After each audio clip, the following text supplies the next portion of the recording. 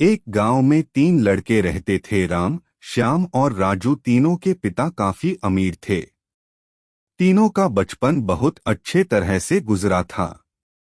उनके माता पिता कभी भी उनकी कोई भी मांग को अनदेखा नहीं करते थे। राम के पिता सरपंच थे। श्याम के पिता एक कारोबारी थे और राजू के पिता एक किसान जमींदार थे। छोटी उम्र से ही उन सबको लाड प्यार ने ऐसा बना दिया था कि ना तो उनको मेहनत का पता था और ना ही उनको समय की परवाह थी। अक्सर वह सारा दिन बस घूमते रहते थे। बस घूमते रहते थे।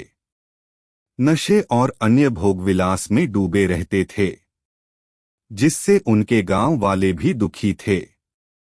सरपंच और बड़े लोगों के बच्चे होने के कारण उनकी कोई शिकायत कर पाने की हिम्मत नहीं कर पाता था, जिससे उनका मनोबल और बढ़ गया था। एक दिन उनके गांव में बहुत तेज बारिश हुई, जिससे सब लोगों को नुकसान हुआ, जिसमें इन तीनों के पिता भी थे। लेकिन इतना कुछ होने के बाद भी उनके बेटों का वही हाल था। वो बस घूमते रहते, नशा करते, भोगविलास करते रहते थे। माँ बाप काफी चिंतित रहा करते थे। ये तीनों भले ही कितने गंदे थे, लेकिन इन तीनों के अंदर एक खास बात थी, जिसकी पहचान किसी को नहीं थी और उनको खुद को भी पता नहीं था। राम एक बहुत अच्छा नेता प्रतिपक्ष था, क्योंकि अपने पिता के पास रहते हुए उसको इसका काफी ज्ञान हो गया था, क्योंकि उसके पिता सरपंच थे। श्याम भी इस तरह से बिजनेस की समझ रखता था, क्योंकि उसके पिता एक कारोबारी थे। और राजू खेती का काम जानता था, क्योंकि उसके पिता जमींदार थे। पर अपनी गलत कामों की वजह से उन सब ने अपने इन टैलेंट पर ध्यान ही नहीं दिया, जो कि उनकी सबसे बड़ी कमजोरी थी। इस तरह से इनकी बदमाशियों को देखकर इनके पिता ने उन्हें सिख देने की सोची। तीनों पिताओं ने आपस में बात करी और उसका एक हल निकाला। तीनों पिताओं ने अपना अपना काम अपने अपने बेटों को सौंप दिए, जिससे उनको समय की कदर का पता लग सके। तीनों के पिता ने एक वसीयत बनाई, जिसमें ये लिखा था कि 1 वर्ष के अंदर इन तीनों को 10 लाख रुपए कमा कर देने होंगे, जो बिना किसी गलत काम करके कमाए गए हो, और तीनों को अलग अलग स्थान पर रहना था। इन तीनों को 5-5 लाख रुपए भी दिए गए, ताकि उनको अपना काम स्टार्ट करने में दिक्कत ना हो। पहले तो सब खुश हो गए कि हम आजाद हो गए, हमको पैसे मिल गए। और ऐसा सोच के इन्होंने फिर से काफी समय मौज मस्ती करने में लगा दिया। इस तरह से 6 महीने बीत गए और इनका काफी सारा नुकसान भी हुआ। फिर एक दिन अचानक उनको एहसास हुआ कि अगर हम शर्त हार गए तो हम अपनी अपनी जायदाद खो बैठेंगे। धीरे धीरे उनकी चिंता बढ़ने लगी। एक दिन वो इसी उधेड़ धुन में एक पार्क में बैठे थे और कुछ डिस्कस कर रहे थे कि उनको एक छोटी सी लड़की मिली। वो फूल बेच रही थी और साथ में पढ़ भी रही थी। तीनों लोग उस लड़की के पास में गए। तभी राम ने लड़की से बोला, बेटी आपकी उम्र क्या है? तो लड़की ने जवाब दिया कि मैं 12 साल की हूँ अंकल। इतना सुनते ही राम ने आचार्य से पूछा कि आप इतने छोटे होकर के खेल नहीं रहे हो?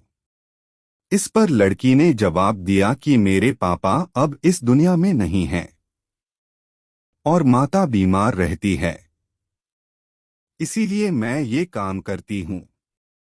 ये सुनकर राम ने अपना पर्स निकाला। उसके पास जो भी पैसे बचे थे वो उस लड़की को देने लगा। उसके बाद लड़की ने बोला, अंकल आप भी फूल ले लो, मुझे बहुत खुशी होगी, क्योंकि मैं अगर आपसे फ्री में पैसे ले लूंगी तो फिर मेरा पढ़ाई में मन नहीं लगेगा।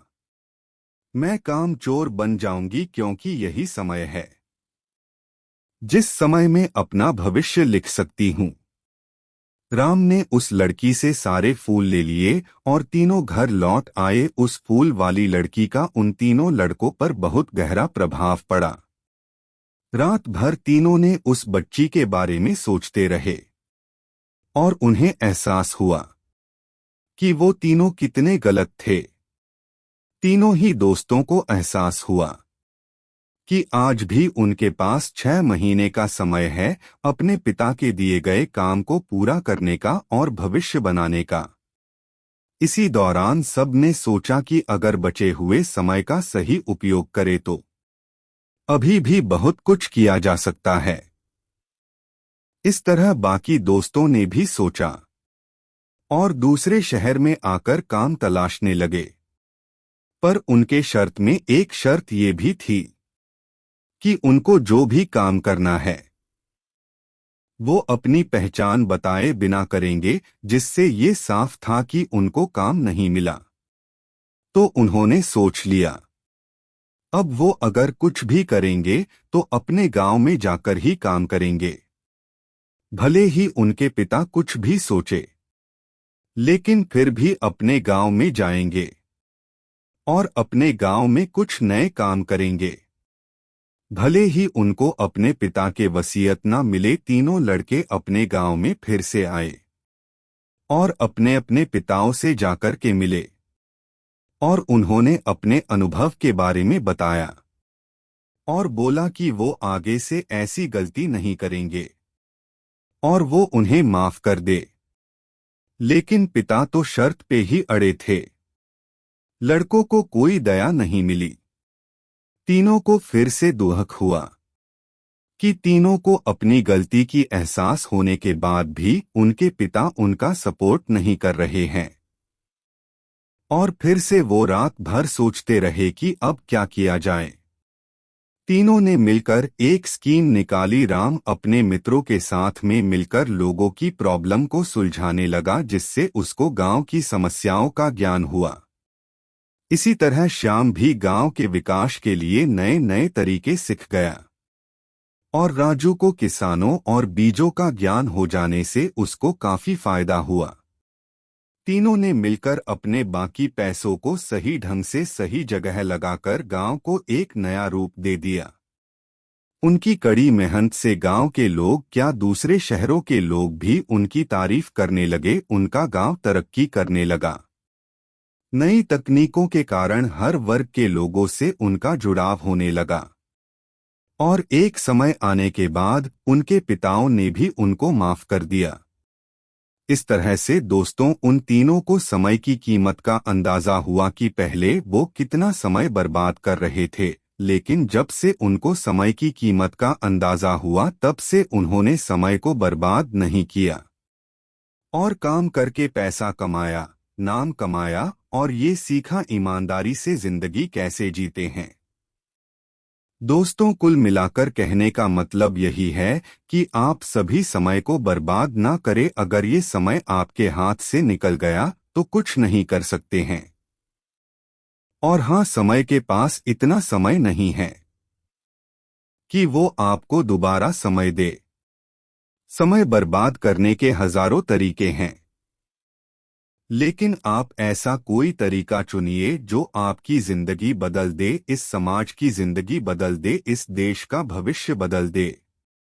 मुझे उम्मीद है कि ये स्टोरी आपको अच्छी लगी होगी। दोस्तों बुक माय फ्रेंड ऑडियो को इतना सपोर्ट करने के लिए बहुत बहुत धन्यवाद। अपना ख्याल रखिए, जिंदगी में आगे बढ़िए और अपनी कड़ी मेहनत से देश में खुद के नाम के साथ साथ दुनिया में भी देश का नाम कीजिए।